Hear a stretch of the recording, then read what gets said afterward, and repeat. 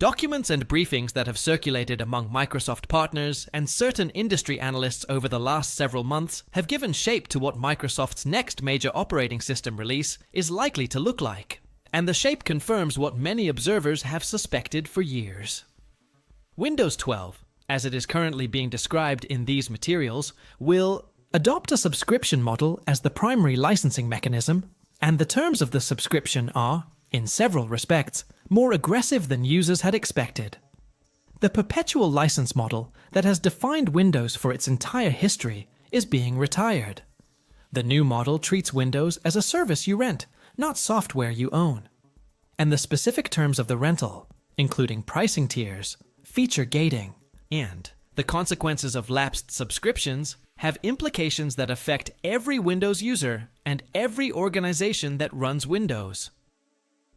I want to walk you through what the leaked information says, what it means in practical terms, why Microsoft is making this shift, and what the reasonable responses are for users who are thinking ahead.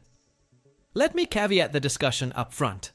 The specific claims I am about to make are based on materials that have been described in industry publications and partner briefings.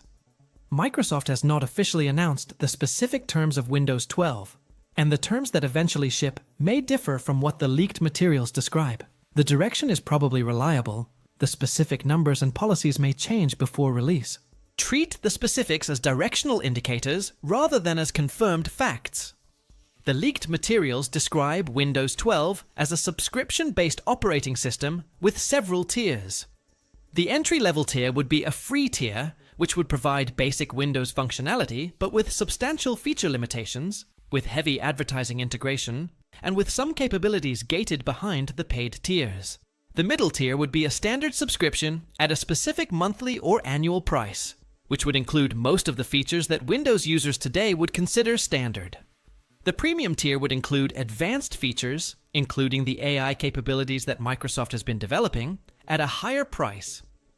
Enterprise and education tiers would have their own structure, with pricing that depends on volume and specific licensing agreements. The pricing in the leaked materials is, by the standards of software subscriptions, not outrageous on a per-month basis. The specific numbers mentioned are in the range of a few dollars per month for the standard tier. Over a year, this is a meaningful amount. Over the lifetime of a typical computer, which might be 5 to 7 years, the cumulative cost is substantially higher than the one-time Windows license that used to be included with new PCs. The feature gating is the element that, in my view, deserves the most attention. Windows capabilities that have been standard for decades are, in the Windows 12 plan, distributed across the tiers. The specific gating varies by feature, but the general pattern is that the free tier has limitations that would have been considered unacceptable in any previous version of Windows, and the paid tiers unlock capabilities in ways that require ongoing payment. Some of the capabilities that are planned for premium tier gating include advanced window management, specific productivity features, cloud backup, certain privacy controls, and the full AI integration. The consequences of lapsed subscriptions are, in the leaked materials, handled in a specific way. If a subscription lapses, the operating system continues to boot and function, but with reduced capabilities. Certain features become unavailable until the subscription is renewed. The reduction is graduated rather than abrupt.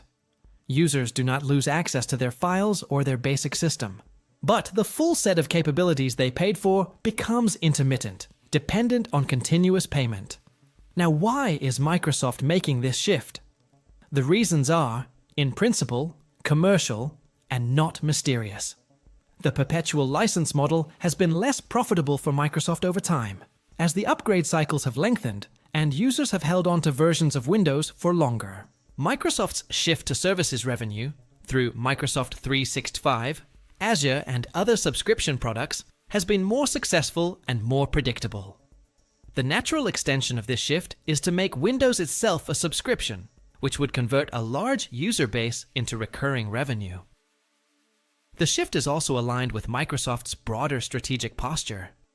The company has, for years, been repositioning itself as a services company rather than a software company.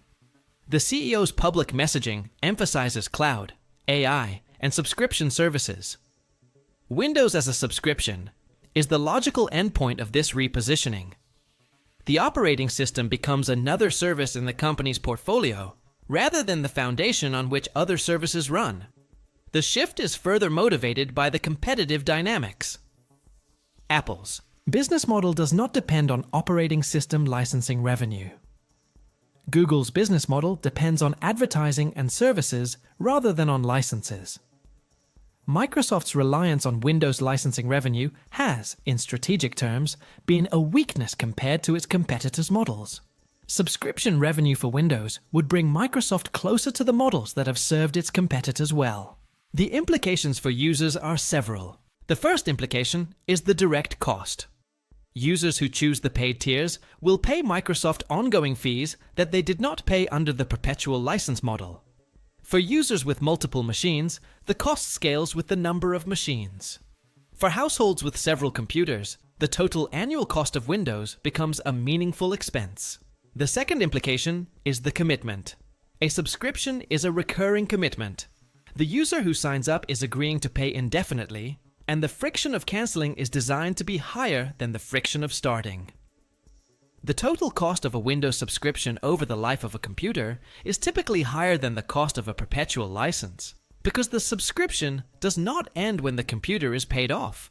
The third implication is the feature gating. Users who choose the free tier or who let their subscriptions lapse will have a reduced experience relative to paid users. The specific reductions vary, but the general pattern is that the experience is designed to be incomplete without the subscription. The free tier is not a substitute for the paid tier. It is a reminder that the paid tier exists and that payment is needed to access the full product. The fourth implication is the advertising. The free tier, in the leaked materials, includes substantial advertising integration. The exact form of the advertising varies, but it includes promotional content in the Start menu, sponsored content in notifications, and integration with Microsoft's advertising ecosystem in ways that generate revenue, even for users who are not paying directly.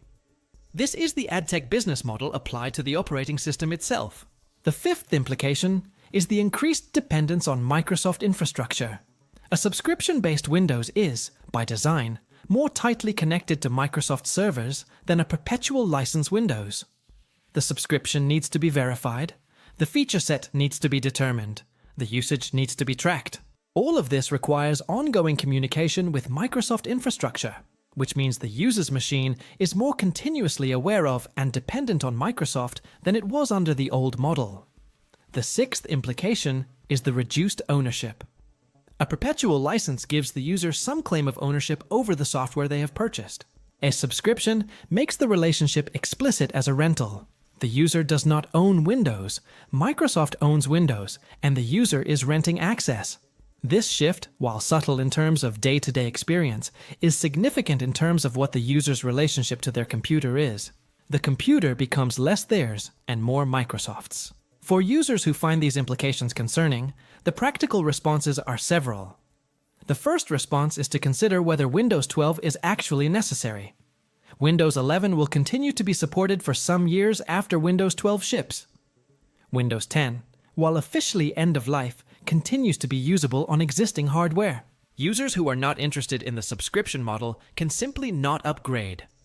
The second response is to explore alternatives. Linux, which I have discussed in many other videos, is a free operating system with no subscription, no advertising, and no feature gating. For users who are considering making a change, the moment of a major Windows release that shifts to subscription is a natural moment to consider whether the change should be to Linux rather than to the new Windows. The third response is to advocate. Microsoft responds to customer feedback, regulatory pressure, and competitive dynamics. Users who object to the subscription model can express their objections through channels that reach the company. Direct feedback, regulatory complaints, and market choices all exert pressure. The specific terms that Microsoft ships may depend, in part, on the response the company anticipates from its user base. The fourth response is to plan ahead. Users who know that Windows 12 is coming and who want to make a decision about whether to use it have time to do so. The planning can include evaluating alternatives, testing Linux on secondary hardware, migrating specific workloads to platforms that are more user-friendly, and generally preparing to be ready when the decision point arrives rather than being forced into a rushed choice when Windows 12 ships. The broader observation is that the subscription shift for Windows, if it proceeds as the leaked materials describe, would be one of the most significant changes to the consumer computing landscape in decades.